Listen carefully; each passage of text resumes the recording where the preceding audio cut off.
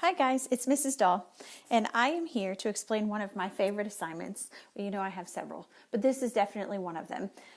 It's the Maniac Magee nursery rhyme, and we're going to take a Mother Goose nursery rhyme, and those you might remember from when you were little. It's Twinkle, Twinkle, Little Star, Little Boy Blue, Humpty Dumpty Sat on a Wall, all kinds. And what you're going to do is you're going to end up picking one from a list that I have, and then you're going to take ideas and events and characters from Maniac Magee and use the nursery rhyme as your mentor text and rewrite the nursery rhyme into a rhyme about Maniac Magee. And it ends up being really fun. So let's kind of talk details real quick. Here are the requirements. That's what this page is. And you can see what I want you to do is when we look at 1 and 2 here, you're going to be taking and sharing your understanding of characters, events, or a theme from the book. Okay, guys? So it's any one of those three. So when you're talking characters, some people make their rhymes and they pull all the major characters in and they write a stanza about each one. Some people pick an event. Maybe it's part 1, or maybe it is the frog ball scene, or maybe it's when he unties Cobble's knot. You kind of have to decide how big you want to go. I have had some students tell the whole story, start to finish. And it's really going to depend on the nursery rhyme you choose, which route is probably the best to go with. And I can help you with that during workshop. But you've got characters, events, or a theme from the book, right? So we have the theme statements, those 4 theme statements that we studied at the very beginning and at the end that we can use too. And then you're going to showcase your understanding through writing the nursery rhyme. The information down below, the little check marks, kind of help you guide your progress, okay? So, and then of course we're going to look at the rubric too, because you know rubrics are our answer key, like in math. So you've got choosing characters, events, or themes, so you want to start there. Include an appropriate title. I have a lot of people forget the appropriate title. Try to remember that one. Following the pattern of your nursery rhyme close enough the original can be identified. In other words, when we hear Humpty Dumpty sat on a wall, Humpty Dumpty had a great fall. All the king's horsemen and all the king's men couldn't put Humpty together again. When you say yours, you have to be able to say it in that rhythm with that rhyme pattern or rhyme scheme so that we recognize, oh, they just used Humpty Dumpty. It's got to be recognizable. We talked about dead verbs. Remember, am, is, are, was, were, has, have. Yeah, you got it. We're going to try to avoid those and use our strong, vivid verbs, those ones that show action.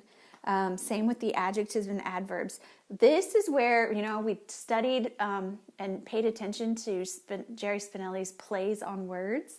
It's your turn. What you want to do is use words that readers of Maniac Magee will go, I get it, right? But maybe others won't get it if they haven't read the book. So you kind of want that I get it moment, or that almost,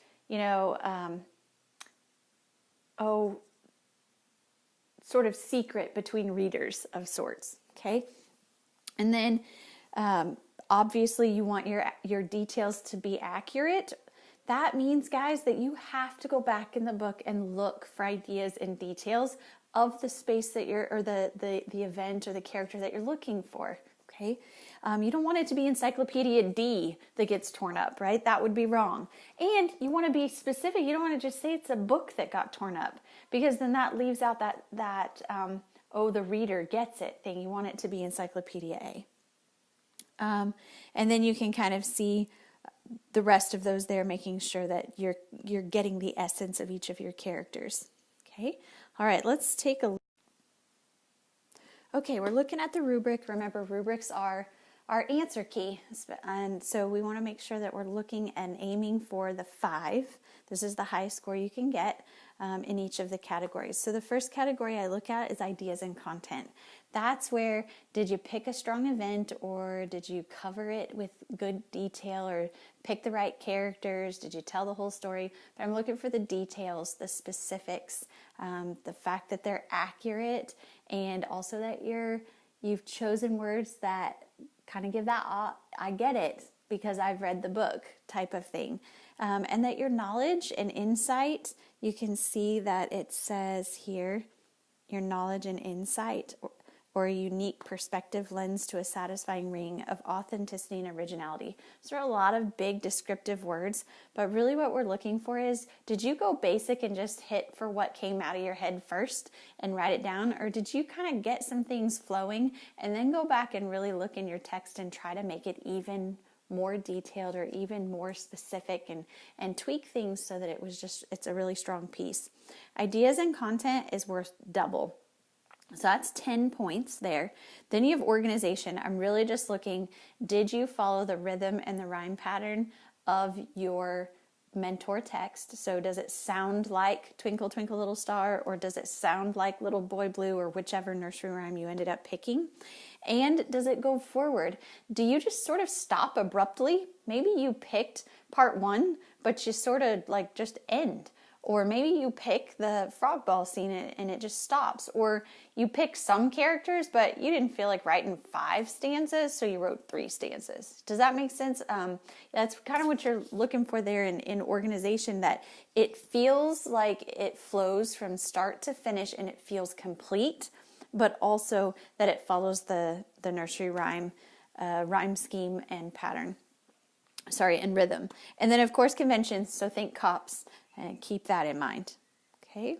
All right. Let's take a look at our final one. Here are some examples to get you started. Okay. So I started with the original rhyme, Humpty Dumpty sat on a wall.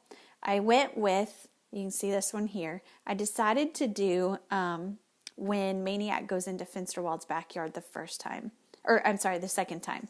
So Jeffrey Magee sat in a yard. Russell and Piper thought it too hard. All the kids' fears and all the lost souls couldn't scare Jeffrey from the black hole. Now I hope that you had some moments where you could, like the black hole. I went back in the text and reread to pick that up, and I used souls because that's mentioned in there as well. And then of course I have specifics. Who was in that scene? Russell and Piper. One of the challenges sometimes is I use Jeffrey because Maniac was too many syllables. And so as a writer, you're going to have to decide, when does it need to be Magee? When does it need to be Jeffrey or Jeffery or Maniac? You're going to have to play with that. But if you notice, this one, incomplete. I don't have any more to say about that scene. I guess I could draw it out, but I didn't feel like it was enough. So I kind of decided, you know what, I'm going to leave this one alone, and I'm going to go for Cobble's Knot because there's more there. So here we've got a much better one down below. Cobble's knot was the answer to all. Could he untie it or would he fall? Hester and Lester and all of East End watched in amazement as Maniac began. He sat and he stared at the tangles. He slept and he thought through all angles. All the kids' attention was on the hero. Untie it he did, but pizza he'd forego. Jeffrey Magee untied a knot. Everyone cheered quite a lot. All the racial fears gone, white and brown, couldn't keep Maniac from leaving town. Okay, so what I've done here is taken my original 1 stanza nursery rhyme and turned it into 3 different stanzas to tell Cobble's Knot story from start to finish. It's much more complete. I did have a student suggest taking this one and picking all the legendary feats that Maniac did and kind of brainstorming them out and then creating a stanza for every one of his little legendary, I shouldn't say little, every one of his legendary acts throughout the book, which that'd be really quite cool. So guys, this can go in a million different ways, and it's just awesome to hear them when they're done. And I hope you take it on as kind of a puzzle and a challenge to figure it out, because I guarantee it's not going to come very easy. This short one, and I mean, these are pretty short, but they took me a while to sit down and play with the words, and I had to be willing to cross things out and erase and try again, and I'm tapping things to try to get the rhythm right. Lots of repetition of you saying it and trying to get it right. Okay, so be ready to persevere and work hard, and I can't wait to hear your nursery rhymes.